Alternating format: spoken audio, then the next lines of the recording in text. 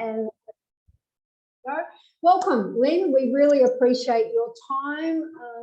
Lynn is an RTA stalwart, shall we say, many years for the RTA and in property management before that. So Lynn really does know what you're facing as property managers. Probably well, it's over 20 years, I think, Lynn.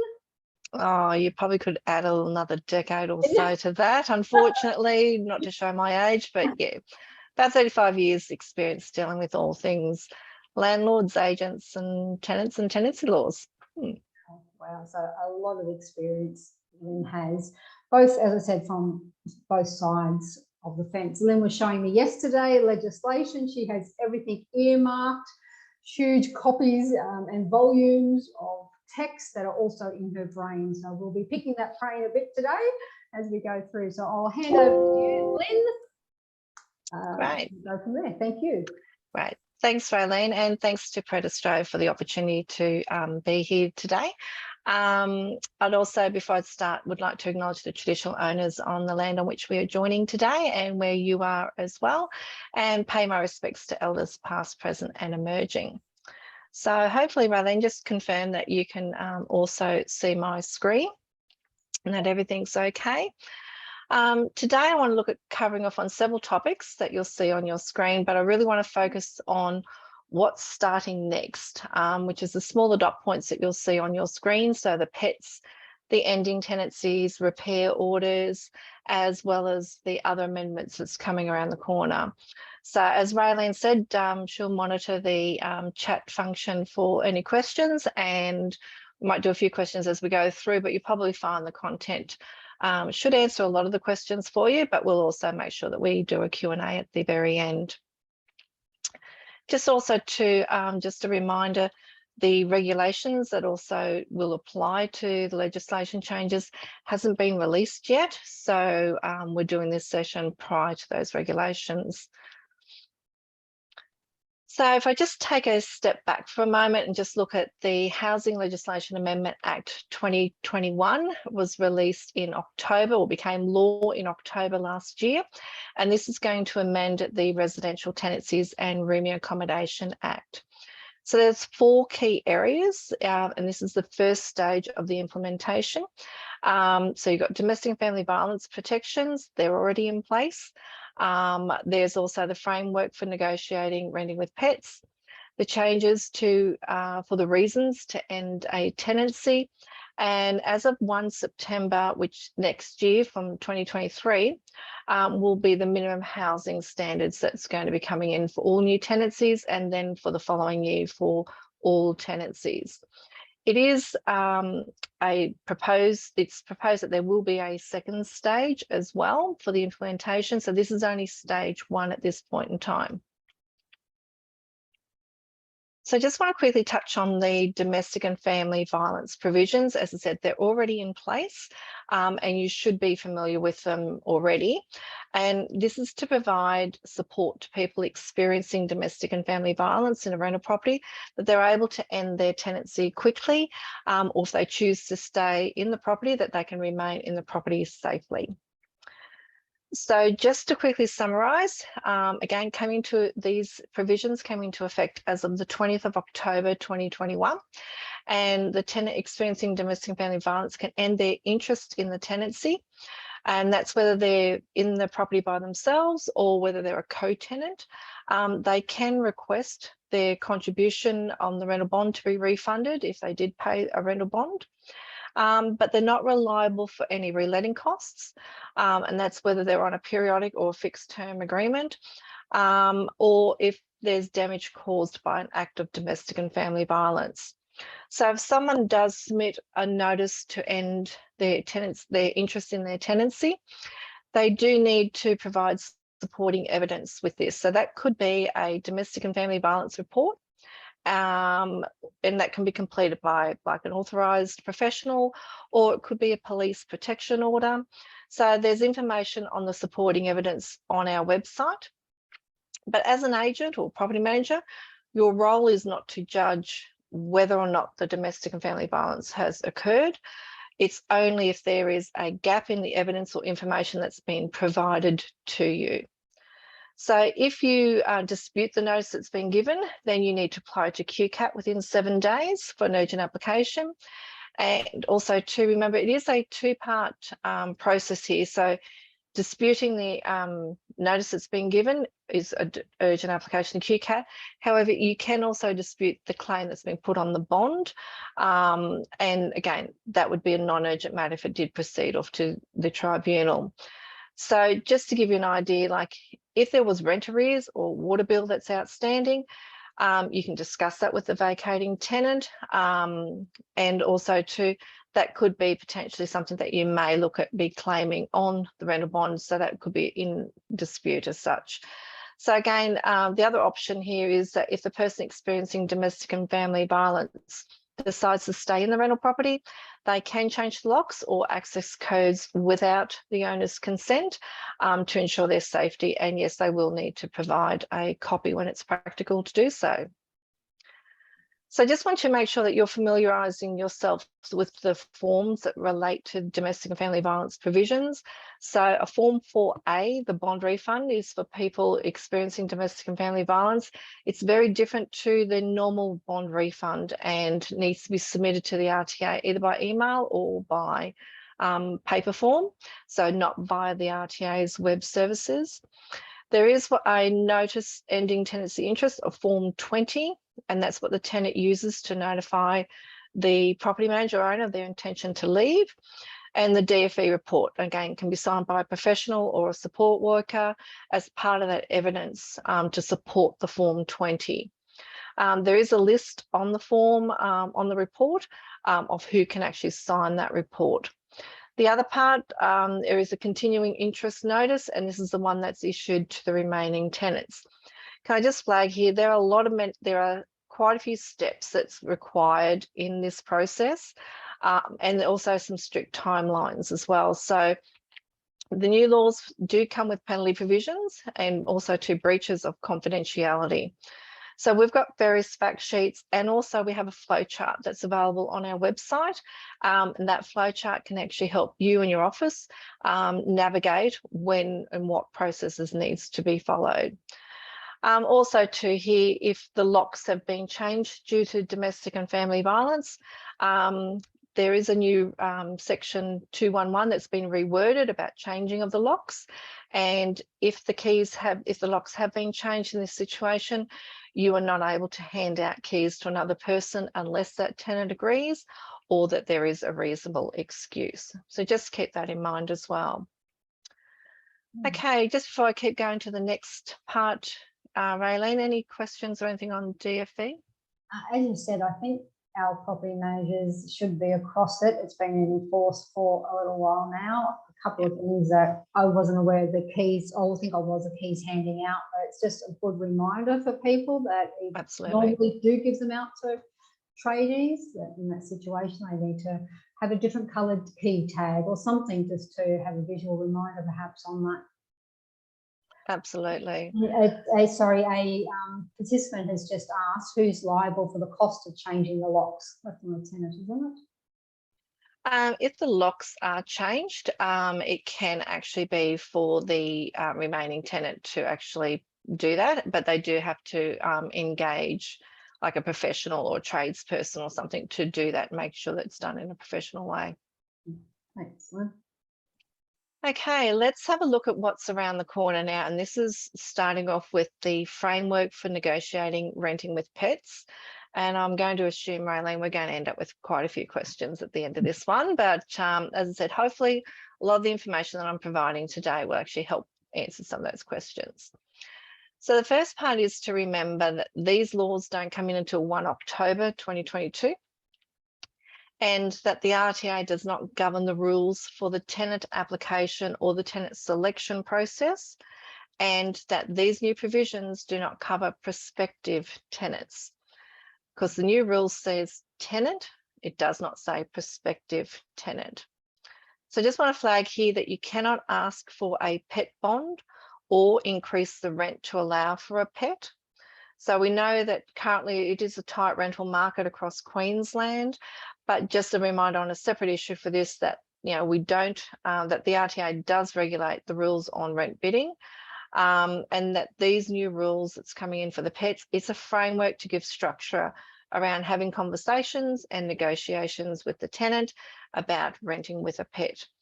So in the meantime, it is systems as normal. The owner still does need to give permission, and likewise for your units and apartments under body corporate bylaws, the body corporate committee also needs to give permission.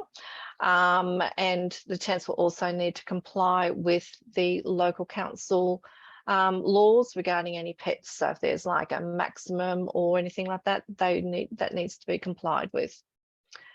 So it is a two-step process. So the first part is the tenant does need to seek permission first, and then the owner will need to provide approval.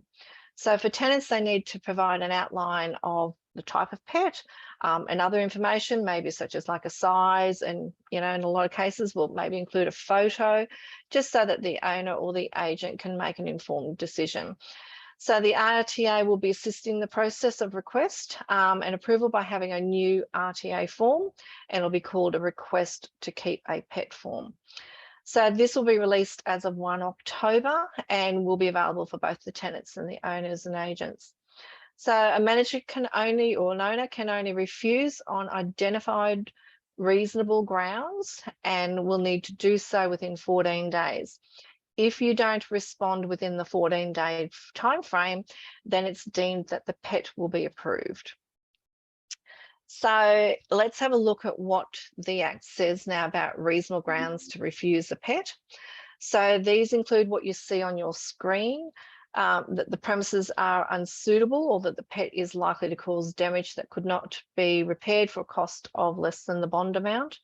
It could contravene a bylaw or another law. So that's what I'm saying with the townhouses and the apartment complexes, that, you know, the bylaws are still applicable. Risk to health and safety or another person. As you can see, pets do come in all shapes and sizes. So we're not just talking the standard cats and dogs. Or if the tenant does not agree to reasonable conditions that's been proposed by the owner as part of the condition of having a pet. So some of those reasonable conditions, so it might be that the pet needs to stay outside at all times, that there's evidence of flea treatment or registration with the council. For anyone that is doing rooming accommodation, it might mean that the pet needs to stay inside the room. So for yourselves, for managers here, the Section 171 will exclude the special term for professional pest control and carpet cleaning if a pet is allowed, meaning that you can write that special term in, asking the tenant to carry out these items. So with pet, the request and approval must be in writing, hence why the RTA is doing that new form. And also the new rules also put a clarification around a working dog, that they don't require the owner's approval. And the working dog is covered under 3 types of legislation. So this is your guide and assistance dogs, the correction services dogs, and or a police dog. Okay, so therapy dogs, does that come into that? Look, therapy dogs, if it's not listed as being under the guide and assistance dogs, which I'm not 100% sure that it actually is, would still need to actually apply, would need to come through the process of actually applying. So they may actually then have more information as part of their support, like a medical certificate or something like that. Okay. And somebody did ask about the carpet cleaning, but that's now okay. We can ask them to clean the carpet. Okay, so with carpet cleaning, it is we go back to the standard that the tenant is to return the property in the same condition as fair wear and tear. So the exclusion of asking a tenant to have professional carpet cleaning and professional pest control has been excluded if a pet is allowed. The standard in relation to writing a special term, you just have to be mindful not to contradict the Act, because the tenant is to return the property in the same condition as fair wear and tear. So it's all in the wording in relation to the special terms. So currently, forget about the pet side of things. If you do have a clause that says you must have the carpet's professionally clean, the curtains professionally clean, must do a bond professionally clean and things like that, then you could be breaching the legislation. Because the tenant is only to return the property in the same condition. You cannot ask them to purchase particular supplies and goods and services.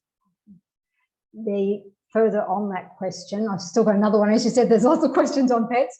But on that, they were asking if they could do it every 12 months. Would they ask for the professional carpet cleaning to be done and pest control every 12 months? Look, that's a really good question.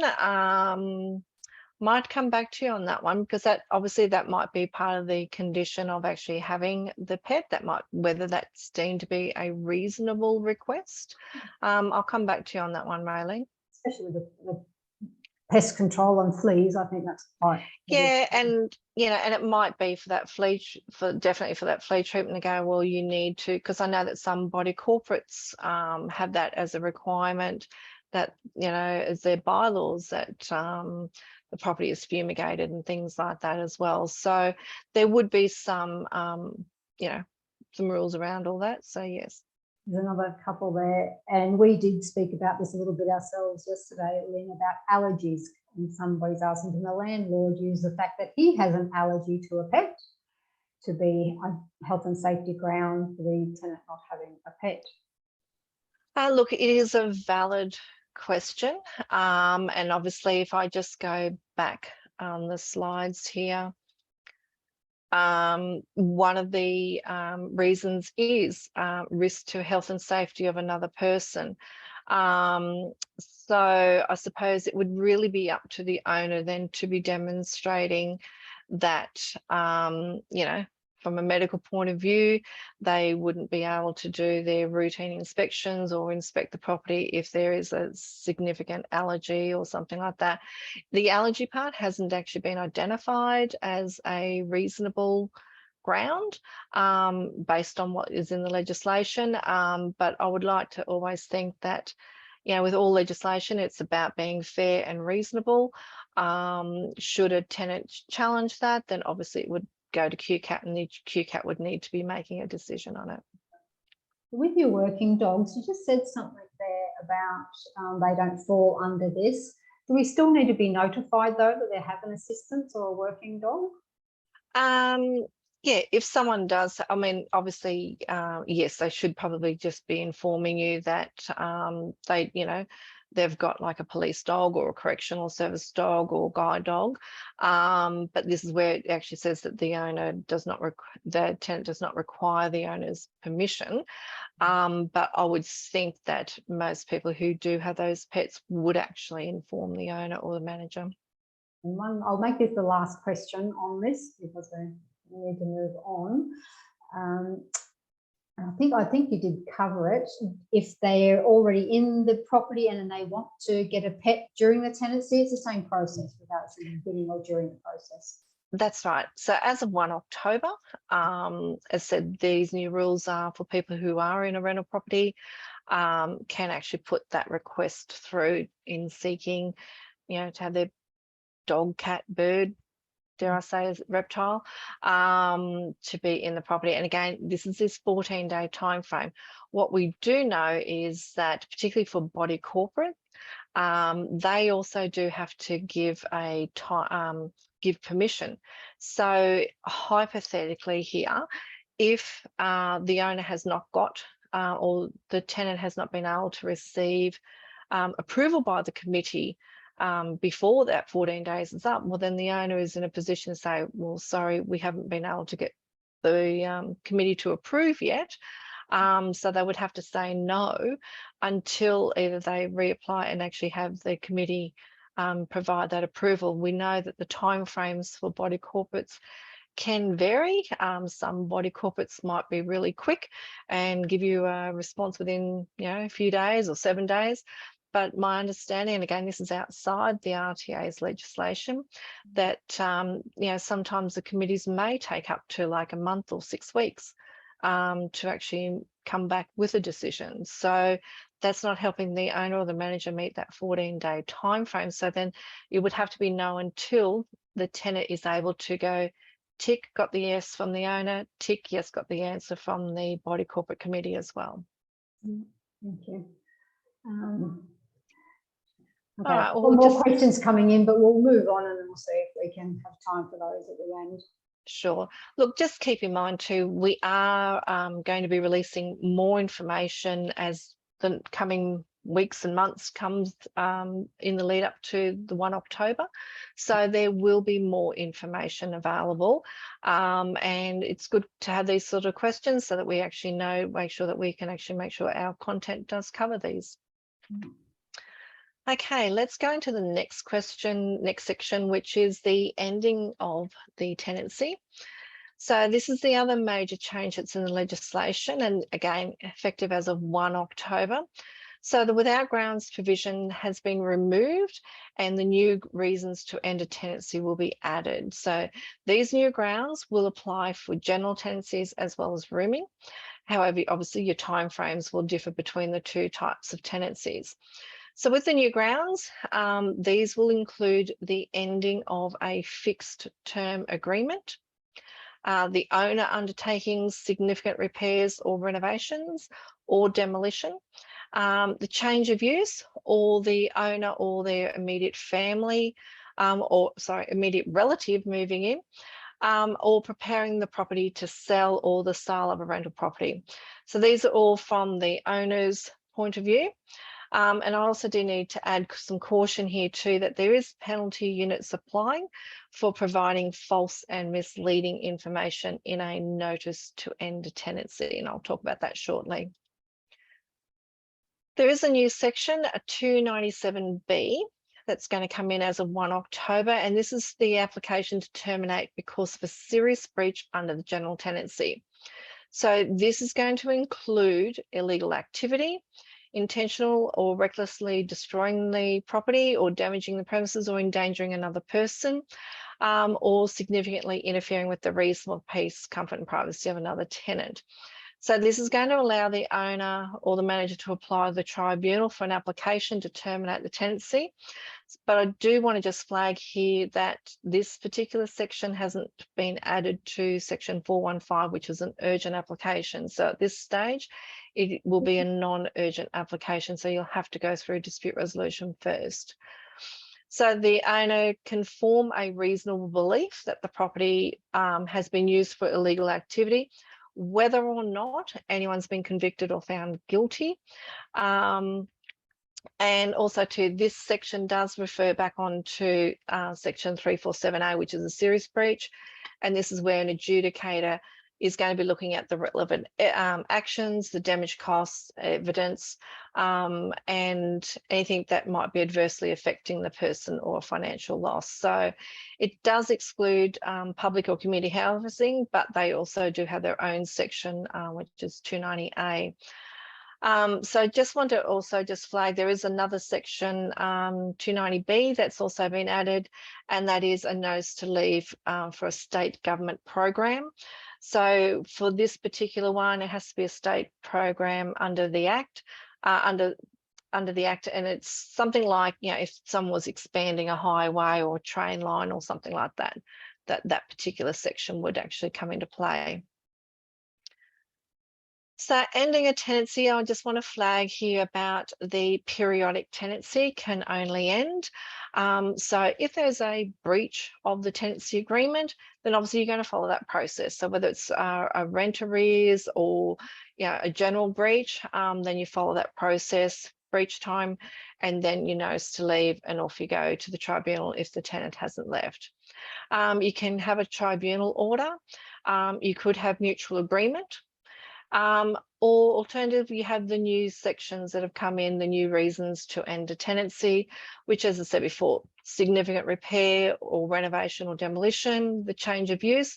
So a change of use could be something like turning a property from a permanent rental maybe to like holiday let or Airbnb or something like that. The owner or their relative moving in, and also to preparing the property to sell, or the sale of the rental property requiring vacant possession. So I can probably just stop on this one and just say, look, it's probably best practice to avoid any issues about false and misleading information. Maybe a good idea to have some documentation or evidence to support your reason why the tenancy is being ended. So if the property is going on the market, maybe a copy of the sales appointment, a written statement from the owner if they're moving back in, or a trade quote if you're doing significant repairs or renovations to the property. What's also been amended is repeated breaches. So this is now going to include if there's a repeated breach of the body corporate bylaws, and also for obviously not our audience today, but anyone who's managing caravan park tenancies, if it's a breach of the park rules as well. So the standard rules apply about the repeated breach process. It's just added in an extra one for you guys in relation to a breach of a body corporate bylaw. So other additional grounds that's been added in, tenants will have the ability to end the tenancy due to the property not being in good repair. So they need to do that and give 7 days notice, and needs to be done within the first 7 days of a tenant occupying the property. And as of 1 September, there will also be if the property doesn't meet minimum housing standards. So as of 1 September 23, that is. So that will also be added in, that if the tenant moves in that first 7 days and it doesn't meet the requirements, they can give notice. Currently, we also have, if a sole tenant passes away, the agreement can end, and it's not a lease break. But the new rules coming as of 1 October, if a co-tenant passes away and it's not practical for the remaining tenants to continue or would cause them hardship, then they can end the tenancy and there's no penalties for that. If the premises are primarily used for your student purpose, student accommodation, and the tenant stops being a student as outlined under the Act, they then can give a notice of their intention to leave. And likewise too, the student accommodation provider can also give the resident a notice to leave if they're no longer a student as well. The other part that too is if the owner fails to comply with a repair order, the tenant can give their notice of intention to leave. And again, too, don't forget the domestic and family violence provisions also to end a tenant's interest. The other sections that we've got include the tenant applying to the tribunal to terminate due to misrepresentation by the owner or their agent regarding the rental property or their inclusions. Tenant needs to apply within 3 months of the tenant occupying the property. So trying to look at an example of this might be if the owner says, look, you know, within 6 weeks, I'm going to be putting air conditioning through the property. I'm going to be doing a few things and adding things in. If that did not occur, then the tenant is in a situation where they could apply to the tribunal to end the tenancy. Also too, the tenant taking action or applying to the tribunal, if the tenant reasonably believes that the action taken by the owner in giving them a notice to breach, or increasing the rent or ending the tenancy or refusing to enter into another tenancy is due to the tenant upholding their rights. So that's going to include about repair requests or requesting reimbursement of emergency repairs or applying to the tribunal for an order. So just a few extra items in there for a tenant also ending a tenancy. So this is this caution I mentioned before. It's 50 penalty units at the moment for providing false and misleading information in a notice that's requiring the tenant to leave the property. It is for rooming as well as your general tenancy. So an owner does need to make sure that when they are ending the tenancy that it is for that particular reason. And that is true and correct.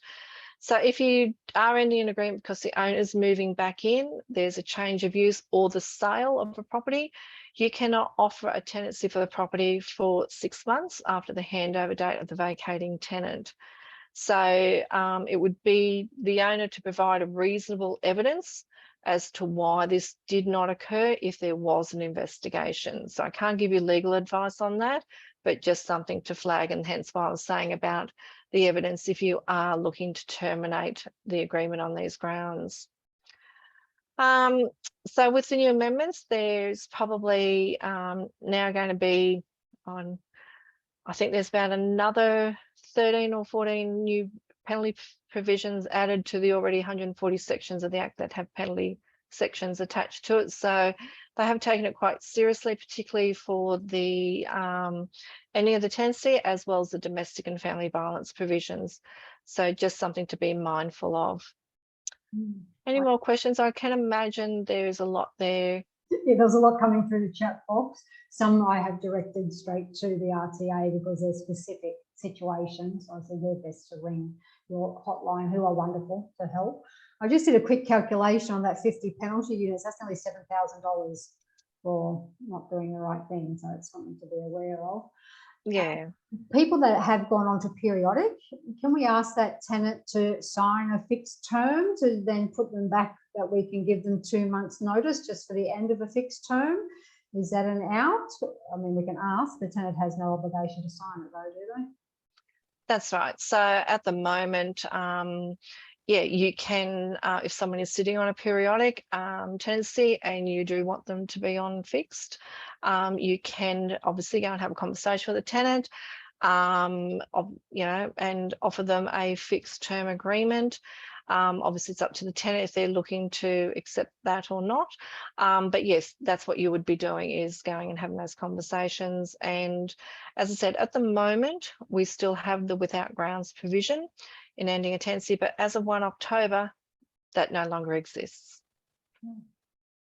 Wow. We've got to ensure all your leases are up to date and your renewals are up to date. I'm sure. Okay. Okay, so I'll keep going with the other amendments. Okay, and Raylene, you might need to probably, at the end of this section, probably pop in, particularly when it comes to like best practice with some of these changes. So there is a change to the entry condition report timeframe. So currently tenants have 3 days to return a signed copy and completed copy to the manager of that entry condition report. Moving forward, as of 1 October, that timeframe changes from 3 days to 7 days. So it's giving the tenant more time to return the report. So again, this is be looking at your own business practices to make sure that you are looking at that new time frame. Also, what's been put in the legislation is just some clarification around that unless a new condition report's prepared for a renewal agreement, that the entry condition report for the original agreement still is the report for that tenancy. So for a lot of people, that's just business as usual. The other new sections, you can have a term in your agreement that requires the tenant to pay a reasonable reletting costs if the lease is broken earlier than the fixed term. And also one of the other new sections is the offering of a residential tenancy must disclose particular information. Now, what we won't know exactly what that really means until the regulations are released. So please be aware that that is something that you will need to know prior to 1 October. And once we do have the regulations released, we will be able to share more information with you with particularly that particular section. Just for some general tenancies too, an increase from 2 weeks to 4 weeks for costs for emergency repairs. So currently, if the legislation says the tenant can organise an emergency repair and spend up to equivalent of 2 weeks rent and have this done and seek reimbursement, as of 1 October, this will change from 2 weeks to 4 weeks. There is also a new section there that the owner's agent may arrange for emergency repairs to be made, meaning that the managers can actually authorise the emergency repairs on behalf of an owner client up to equivalent of 4 weeks rent and make deductions from the rent payments up to the cost of the repair before they disperse the funds. We know that in most practices that your management agreements may have up to 2 weeks for those emergency repairs, but when this does come into play, the amendments will allow up to 4 weeks rent. So Raylene, we might talk about this after this next segment just to see what might be deemed to be best practice for agents in looking at their management agreements, because the management agreement's not covered by the RTA. That's obviously your Office of Fair Trading forms. Look, there has been a few bond management tweaks as well, including clarification around like boarders and lodgers their bonds need to be paid to the RTA. The RTA is not going to pay out a bond if we know that the bond applicant hasn't vacated the property. And as I mentioned before about the section 211 regarding the changing of the locks, that has also been rewritten. But one of the other changes that's come into is section 136D. So this comes up and says that the tribunal may make an order about a rental bond payment having regard to the efforts made by the tenant to comply with the tenant's obligations under section 188(4). So 188(4) says that the tenant returns the property in the same condition it was at the start of the tenancy, less fair wear and tear. So it's also looking at the owner and the managers and the tenant's compliance with the Act through the tenancy, as well as the evidence that supports any bond claim. So it's just been tweaked a little bit, that particular section, to be a little bit more clearer. Before I go on to repair orders, do you want to say something about the management agreement there, Raylene? Yeah, I did. So on our management agreements, we typically have that 2 weeks outlined. So legislation, will that override our agreement with our owner? Can't give you legal advice on that, but I would imagine that whatever agreement's in place should align with probably the legislation. So on that, it might be an opportunity for our property managers to look at re-signing their PO Form 6 and perhaps increasing your fees or just updating it to best practices that you're doing at the moment. So just something to think about within your organisation. It's an opportunity to say it's now 4 weeks under legislation and our fees are now X, Y, and Z. Why not? You do a lot of work, property managers, if they're happy with you, see if we can get another increase on your fees. I think all property management departments need more fees coming in, so our property managers can have a breather, have a breath, have maybe a coffee once a week would be nice. Letting charges on, something else just in those amendments, there's now provision for letting charges. I think most of us are already charging relet fees as maybe a special condition. So you're now saying that it's going to be a standard term. Is that the difference? No, that it's that you will be able to actually write a special term. It's just put some clarification around that. Obviously, if a tenant does end a fixed term agreement, that the owner can obviously seek those reasonable reletting expenses. And I think the key word here is about the reasonable reletting expenses. Yeah. Okay. So at the moment, if we've got it written in a lease, if we've notified the tenant at the moment under the current legislation that they will be charged reletting fees? Look, it really comes down to, and I can't give you legal advice, it really comes down to obviously the wording that people are using in their special terms. And again, making sure that you don't contract outside the legislation. Legislation is clear that you do actually have that opportunity that should a tenant does break their lease early or leaves the agreement early, that they the owner is in a position to claim compensation. That compensation is potentially, you're looking at maybe your reletting fee if one's charged by your managers to the owner. It could also be the compensation for loss of rent until a new tenant is found, because it's really important to understand that rent's payable up until when the tenant vacates. But after that, if it takes 2 or 3 weeks to relet the property, that is actually a compensation for loss of rent, is what you're claiming from the tenant. Okay. So, thank you. Okay, I'll just go through for this next bit, which is about repair orders, which is something fairly new, again, very new. These new orders are from the tribunal, and it also does include that you can ask for an extension of time request to comply with the repair order, but that must be sought before the expiry date of that order. So just want to put some clarification around this for everybody. So your routine repairs or your general repairs, this is the tenant has to have informed you of the repair, and that could be like an email, a phone call, a maintenance request, or even a breach notice. And if the repair wasn't made within a reasonable time, so then they could look to be obtaining a repair order. For emergency repairs, this is where the repair is urgent as defined under the legislation. The tenant has not been able to make contact with the emergency contact person listed on their agreement for the repair, or that the repair is not done in a reasonable time. Then the tenant can apply to the tribunal for an emergency repair order. So it's really important, again, any of these repairs and maintenance is one of our most popular topics in our call centre and dispute resolution. So it's really important that if a tenant is looking for repairs, that you are communicating that obviously with your owner client and getting them done within a reasonable time frame. So the legislation hasn't actually said exactly, what sort of time frame that is. It just talks about being a reasonable time frame. There is also reasons to apply for an extension.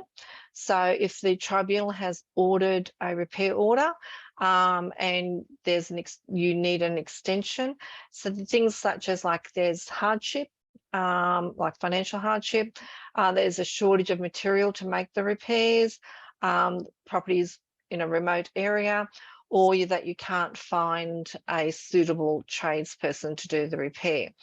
So what you need to be aware of is that the copy of the order will be provided to the RTA from the tribunal, so from QCAT, and our compliance and enforcement team, our investigations team, will play an active role in ensuring the enforcement of the order. So it's also an offence to contravene a repair order. Again, maximum 50 penalty units, and also on this one comes a weekly offence if it continues of 5 penalty units for each week that the offence continues on. Just a quick note on that, this does not apply for rooming accommodation. So this is just on general tenancies. So when the tribunal looks at granting a repair order, they must consider the conduct of the owner or their agent, the risk of injury, loss of any amenity or any other matter that the tribunal will consider as being relevant. And the tribunal can give a variety of different directions about the repair, and it can also grant an order that the premises are vacant, or make that the premises are not to be occupied until the repairs are completed. So a repair order can include what is or what's not to be repaired, by what date.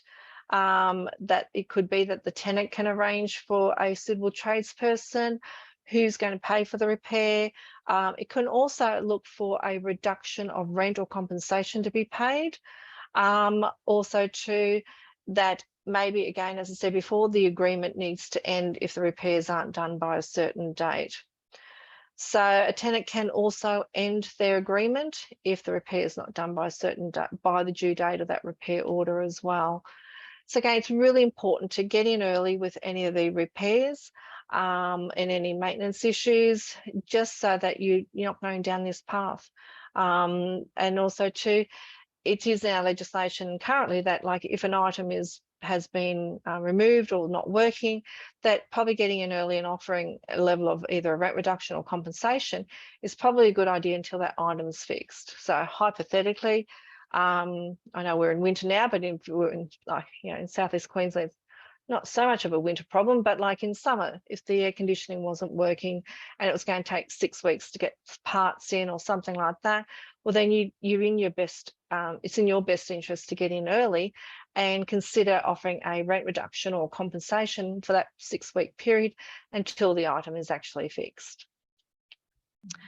So the new amendments, will, as I said, will have the impact on room accommodation as well, although the owner moving back in and the repair orders don't apply to rooming. So what's also been added for anyone who might be doing rooming is that you will need to give the prospective resident a copy of the proposed agreement before they're committed. We know that this is currently already in general tenancy, so this will actually expand over into the rooming. And also to, as I said before, about the student accommodation side of things, if the resident is no longer a student. I'll just quickly touch on minimum housing standards. This was first passed back in 2017 as part of the government previous election commitment, and this allowed for the introduction of the standards as part of the housing legislation amendment. So there's going to be, as I said, more details here on your screen. It doesn't commence until 1 September 23 for all new tenancies, and then the following year, so 2024, for all tenancies. So it does give owners plenty of time to be compliant. Your minimum housing standards are going to fall into two areas. First is your safety and security, and the other one is reasonable functionality. So some of the items just look to be fairly standard, such as like your functioning kitchen and laundry, you know, that there's adequate plumbing and draining, and that the property is structurally sound and waterproof. But it's also put some clarification around locks or latches on windows and doors, just to make sure that the property is secure. The property needs to be free of vermin, damp and mould, and also the requirement of privacy coverings, so meaning your blinds and your curtains. So we're going to have more information and education in the lead up to this particular provision. As I said, our focus at this stage is the new provisions that's coming in as of 1 October.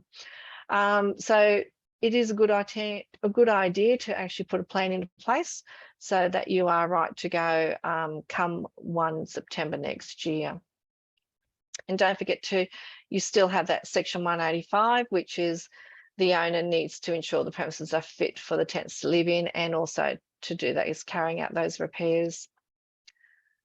So where to from next? Before we are working behind the scenes doing a lot of information, and we also are doing further education between now and 1 October. And it's also we still do have to have the new regulations released. Remember, this is stage 1. There will be a stage 2 on the amendments.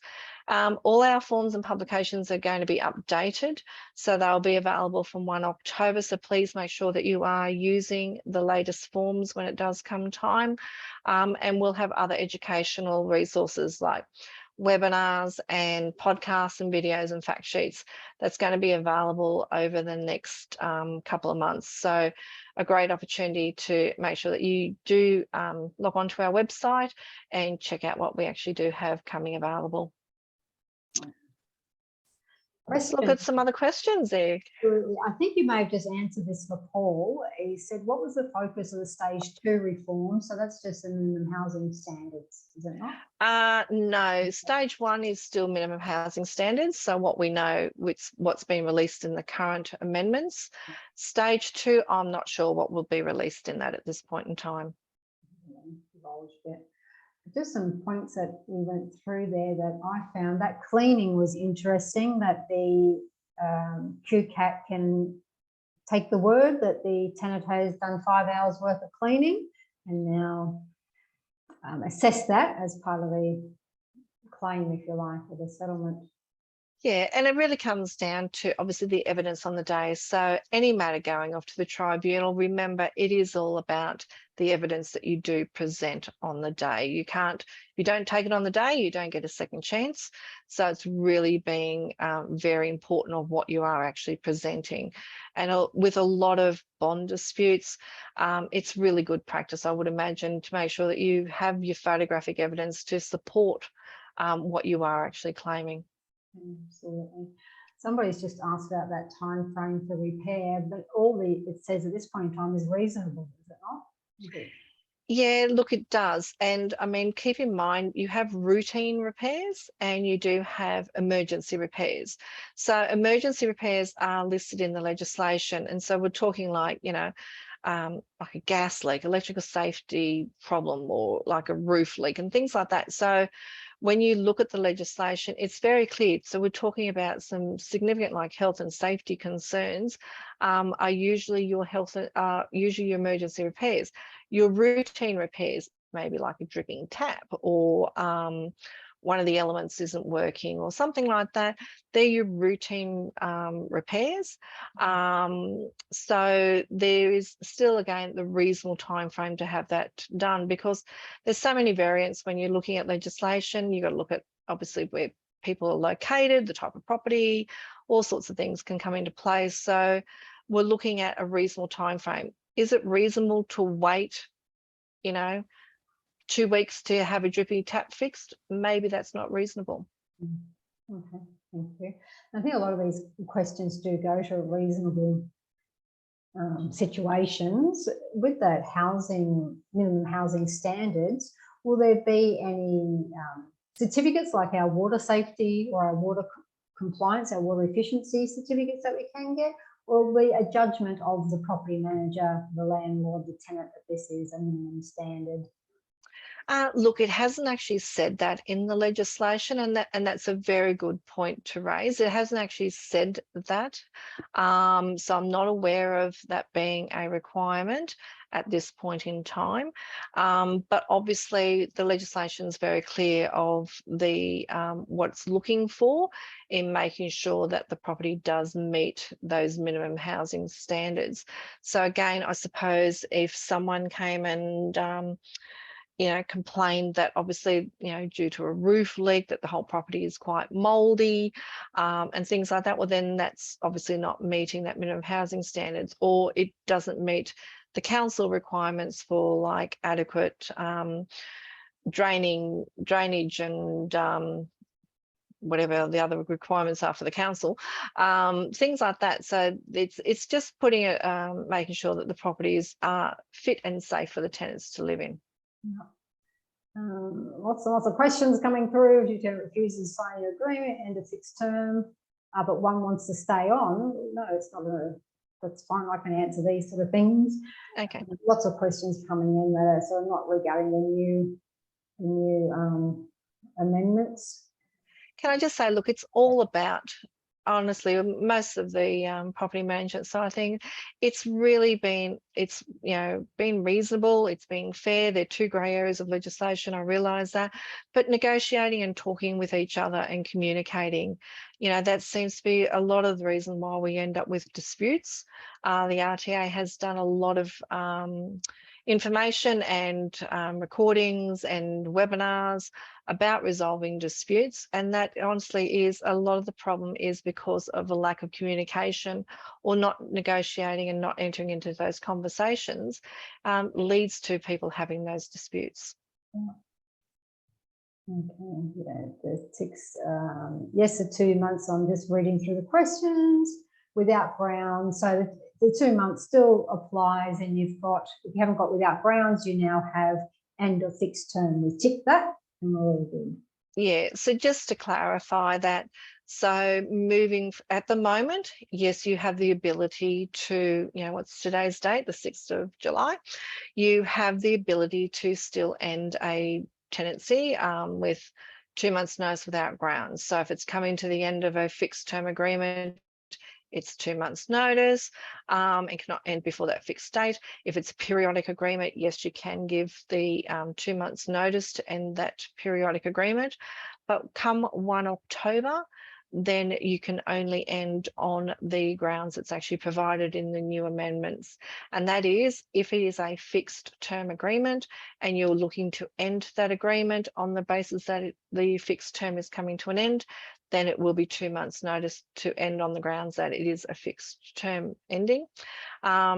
Otherwise, it's all the other new reasons, particularly if someone is on a periodic, whether the owner's moving back into the property or significant repairs, renovations, demolition, all those other ones that come into play. Okay. There's so many more questions coming through, but I think we're going to run out of time. I would refer people to ring the RTA. They're very helpful. We'll get Lynn's associates on the phone to help you out with your questions. Lots of grounds I think people are looking for, like from people, so many examples coming through in the chat, but I think it's really things that people need to look through the legislation and find. This is about what we're doing going forward. The only other one that I did want to talk about was on that pets. Back to pets, there are so many questions coming through on pets. The body corp. The body corp guidelines, if they have guidelines that don't allow pets of any sort or particular type, does that override the RTA legislation of them being allowed a pet?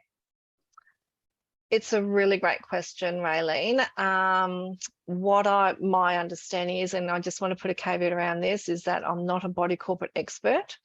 So I would actually refer to any questions to go to the Body Corporate Commissioner's office about bylaws and things like that. But one of the reasons that we do have in our legislation, it says if it does contravene a bylaw. So if there is a bylaw that has certain provisions about having a pet, then if those bylaws are in place, then that tenant would not be able to meet that requirement. So then the owner would obviously have to say no. However, you need to be very mindful of some of the bylaws, knowing that the Body Corporate Commissioner's Office has actually made some rulings about pets and the types of pets and things like that. So I would refer to make sure that any bylaws are compliant with what the Commissioner's Office is actually saying. And as I said, we are also working behind the scenes with the Commissioner's Office. So we will actually have hopefully a webinar being released in the next month or two with the Commissioner's Office about particularly about the pet situation. So watch this space, we'll have more information about that. But at this stage, our rule says you can refuse on the basis that if it contravenes a bylaw. Excellent. And one last question, can we terminate a tenant if they refuse to sign a fixed term agreement at the end of the first fixed term agreement? To me, that would be a process, because when we send out another fixed term agreement, we also send out a notice to leave. Here's your new agreement. If you're not happy with that agreement, here's your notice to leave. That's a 2 months notice. So most people, can put out an offer and say to a tenant, we're offering you a renewal agreement or another fixed term, 6 or 12 months, whatever the term may be. And most agencies will say, please sign here and return by X date. What we are aware of, some agents then will go, well, if we haven't received it by this date, we'll assume you're not entering into this, potentially rescind that offer, and then potentially look at issuing the notice to leave.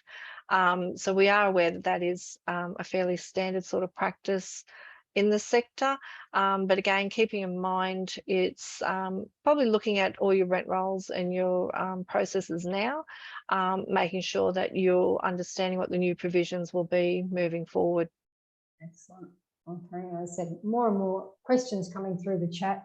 However, I've just said that we're really looking at the new amendment, the Housing Amendment Reform Bill. Yeah, as I said, we're going to have webinars and also podcasts. So you can sign up to our RTA has a monthly newsletter that we send out, and if you subscribe to that, you are also invited to our free webinars. We'll also be releasing podcasts, and also as I said, all our recordings and everything like that will be on our website. So we will actually have a lot of information about to be released for the whole rental sector, including things like fact sheets as well, because we find that some people will be looking for that written version, and so we'll be having a lot of information being released. So please jump on our website. There is a lot of information to come on board. So and also too, our call centre is available Monday to Friday, 8:30 a.m. to 5 p.m. So that's that 1300 366 311 number. So if you do need any assistance, please, just give us a call. But as I said, more information is coming. It is only July, so there is still a few more months to, or just under a few months to go before these new provisions come into place. So it's probably best to, Raylene, you can let me know if this is right, but maybe have a look at what is your owner's instructions, what is your current rent roll situation in making your decisions on what you need to be doing now. Wonderful. Particularly obviously with your management agreements as well. That's I agree, Lynn, thank you. It's just hit at 2 o'clock, so I will wrap up. Thank you, Lynn. I really appreciate, and I think everyone else does, the effort you've put into today and the information you've covered. And in an hour, there is so much information to cover that we really can only touch on as much depth as we can before we move on to the next one. So I appreciate the time of you coming along and putting together that and giving us direction for the future. It is such a involved area, property management. We are involved in people's lives, in their homes. So we have to be mindful of that while still being aware and following legislation. So I think all the property managers out there have a doozy of a job. And the RTA, I find, as property manager of the last 18 years, it's such a great resource. Please tap into it. Bring the ladies or the gents on the other end of the phone, look at their fact sheet. There is such a wealth of knowledge there. Legislation can be a bit hard to read, but the RTA really have done a great job in summarising and giving you the facts that you need to know managing a property. Yeah. We do have a poll, and I have just put that in the chat for everyone. If you can click on poll, there's probably 3 quick questions that I'd love your feedback on. And I think that's all. I'll just check there. Everyone's saying thanks. We really do appreciate your time, Lynn. I'll stop the recording. I will have this available at some point in time in the future. People have been asking for slides. I did chat with Lynn about that. Because the regulations have not come in yet, we really don't want to be sharing these slides because there could be a change in something that we're not aware of yet. So by all means, you are welcome to watch the recording and find the information that you're looking for. Yeah, and as I said, there will be more resources coming through from the RTA. So again, please sign up for our news, and also just keep a regular contact on our website. We will actually be having a specific page set up for the housing legislation amendments to make sure that like any resources that we have will be available on there as well. That's wonderful. Thank you, Lynn. Thank you, attendees. You're welcome. Appreciate it. And we will all catch up again in class or on the next webinar. Thanks, guys. Thanks, everyone. Thanks, Lynn. Appreciate it.